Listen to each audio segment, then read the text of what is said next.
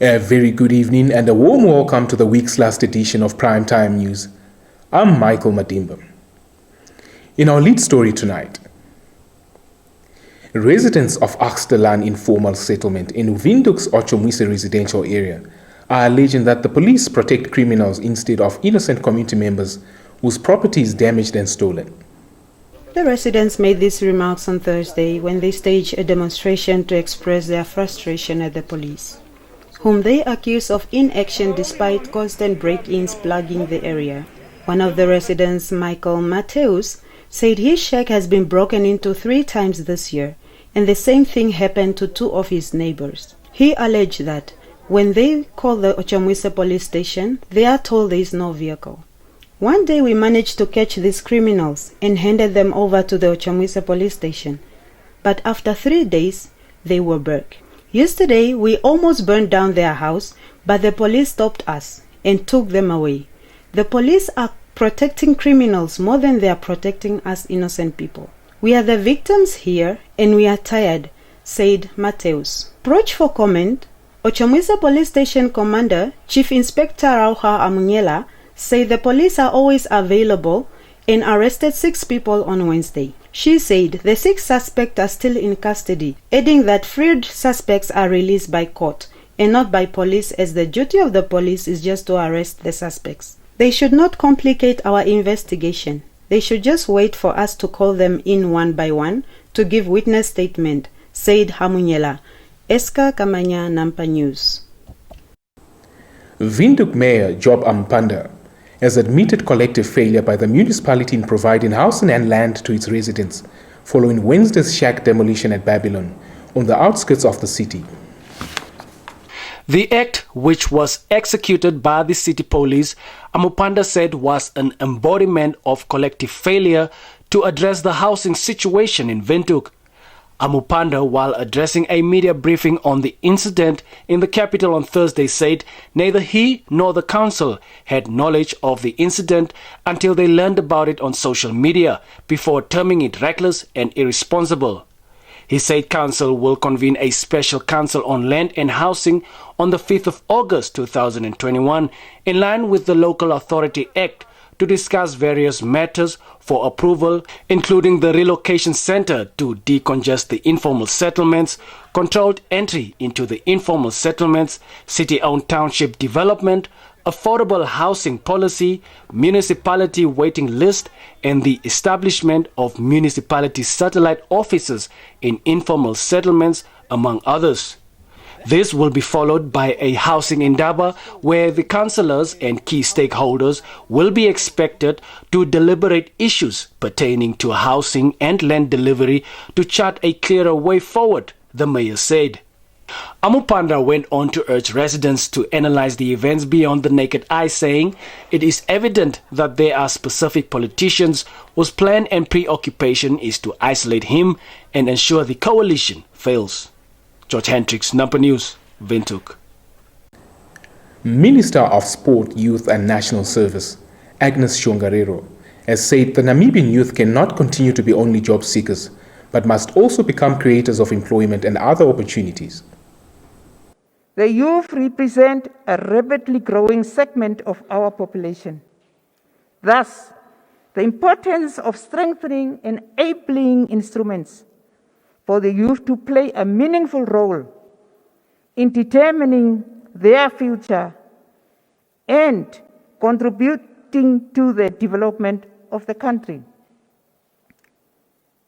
Today's youth continue to face enormous socio-economic challenges due to, inter alia, adverse global conditions, limited business and employment prospects, limited access to credit lines, and narrow scope of market access, all now at the current juncture being compounded by the effects of COVID-19 pandemic.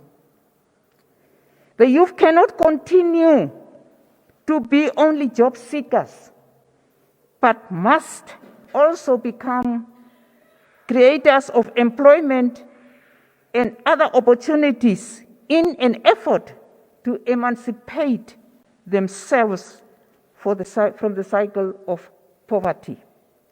The Namibia Media Holdings has announced the cancellation of the annual Namibia Tourism Expo, scheduled to take place in November, in efforts to support government's vaccination rollout through its platforms. A media statement issued Thursday by Namibia Media Holdings Public Relations Executive Maggie Mbako said the tourism sector is one of those hardest hit by the pandemic. She said the decision to withdraw the Expo was taken in order to rally behind the Ministry of Health and Social Services efforts to get more Namibians vaccinated through assisting the ministry to set up more vaccination centers across the country. Approached for comment on Friday, Mbako said their assistance will, amongst others, include the identification of vaccination venues, administration, and the provision of refreshments to health personnel at the centers. The statement indicated that this is the first time the Expo is cancelled in 23 years, as there is a need to join hands to make Namibia a safer destination for tourists by having 1 million Namibians vaccinated by the beginning of the next tourism season. Stand by for your top roundup.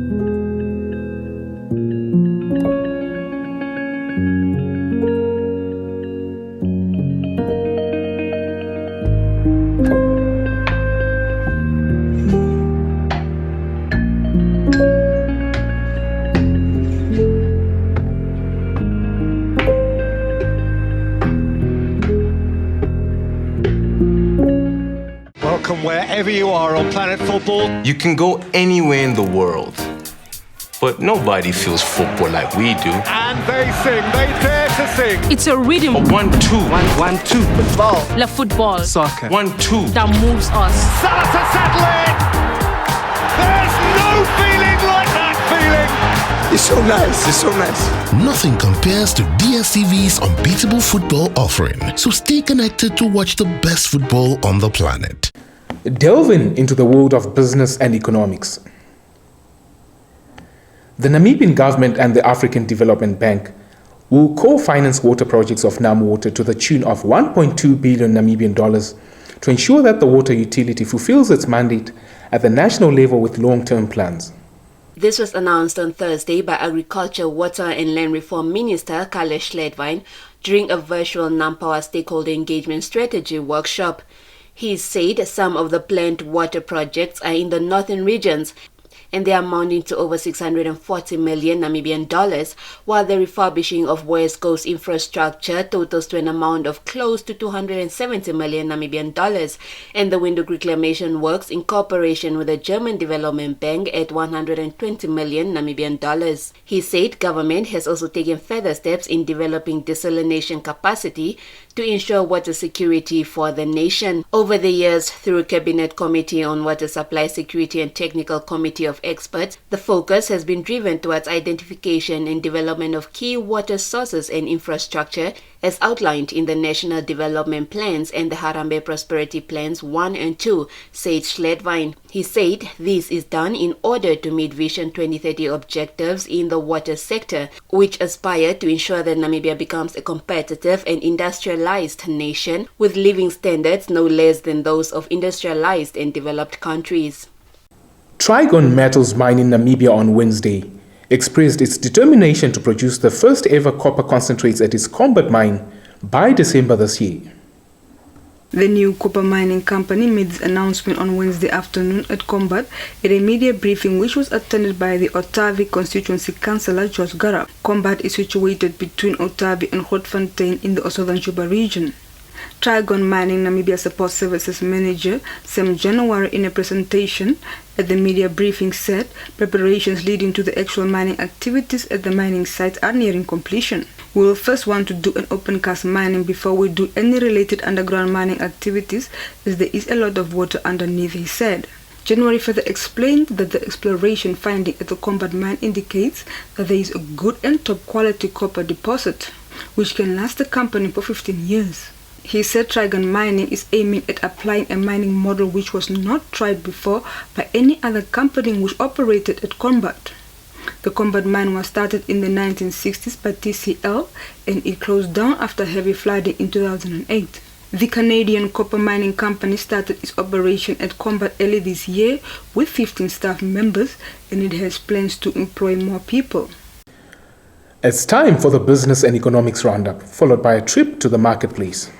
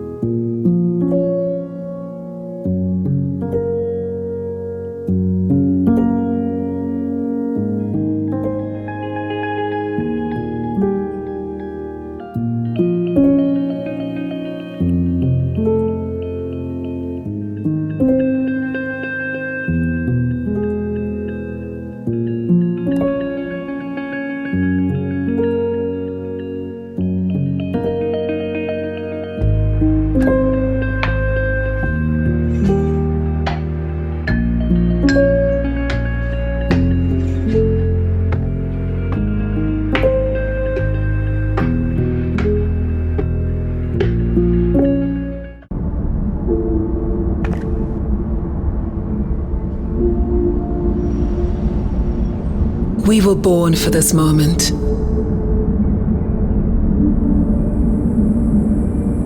For every rise, every fall, to make the impossible possible.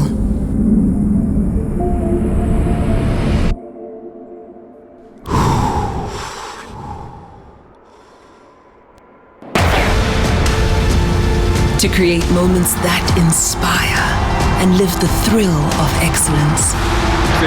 On the grandest stage of all. Forget the past, for the future awaits. This is that moment we've all been waiting for pride, for country, for you. Brilliant performance that was. The Olympic Games Tokyo 2020. It's go time on GoTV. Love it. Welcome back. And with that, we have come to the end of our top segment. Stand by for my colleague Joy Gosses with tonight's sports update. Thank you, Michael. Good evening and welcome to Sport Planet. Olympics-bound athletes Beatrice Masilingi and Christine Boma on Thursday received a timely boost when MTC announced a lucrative sponsorship deal of $2 million Namibian for each athlete over 3 years. Margon Glovo, our sports journalist, compiled this report. The first part of the deal is that we are going to build each of these girls a home in their home village to the tune of 300,000 Namibians. The second part of the deal is we know that preparation towards these events are very, very expensive, not just for the Tokyo Olympics, and I know the ministry and the Olympic Committee is taking care of quite a lot of cost, but we want to make sure that they're not just going to the Tokyo Olympics. After this, there's going to be a lot of international competitions. So what we want to do is 250,000 for preparation expenses for each of them over the next 3 years. So 250,000 this year, 250,000 next year, and the third year. But then we also want them to go to growth mode and just relax. So for each of the girls, they're going to receive $100,000 Namibian per year for personal expenses. So $100,000 over the 3 years.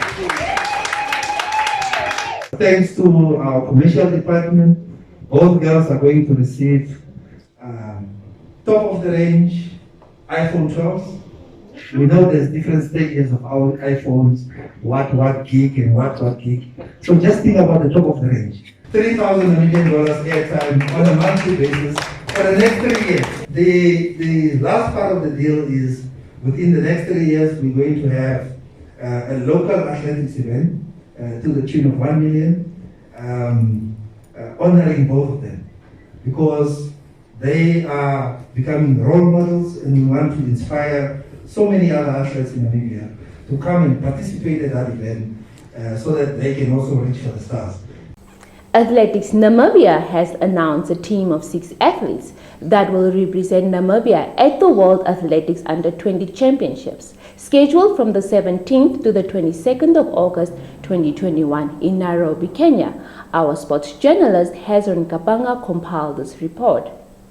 The biennial World Championship for the sport of athletics is contested by athletes in the under-20 athletics age category in the year of the competition.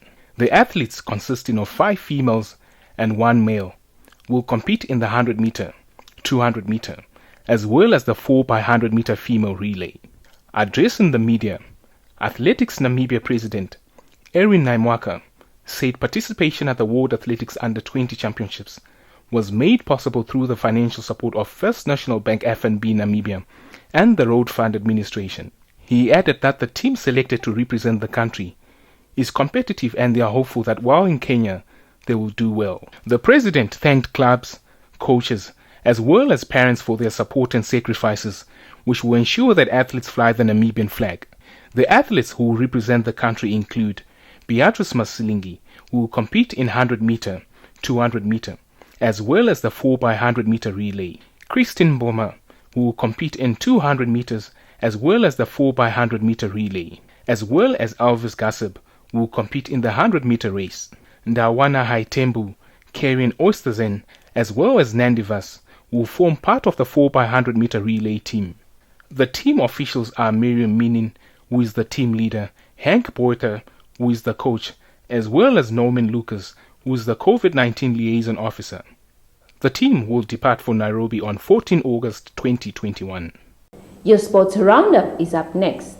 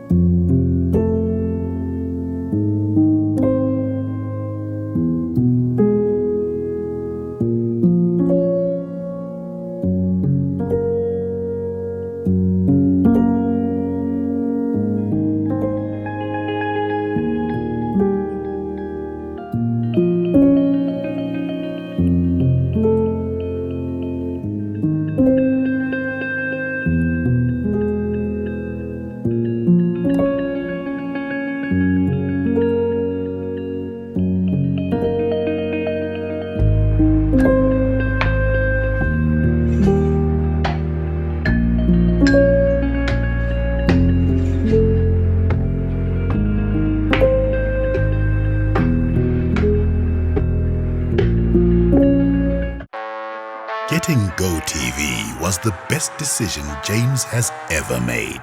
See, James has always watched football wherever he can. Sometimes it got awkward. It was never really comfortable. And finding a good place to watch became more and more difficult, not to mention costly. Traveling for his games took its toll on James until he discovered something big. Now that James has GoTV, he can finally enjoy the perks of home ground advantage. Good for you, James. Get home ground advantage with GoTV. With superstar players competing in the world's biggest leagues and cup competitions, you'll be spoiled for football choice. So get and stay connected to GoTV for the best football season yet. GoTV. Love it. We have come to the end of this evening's bulletin. As always, we thank you for tuning in. Give us a thumbs up and share. If you are new to this channel, please do subscribe.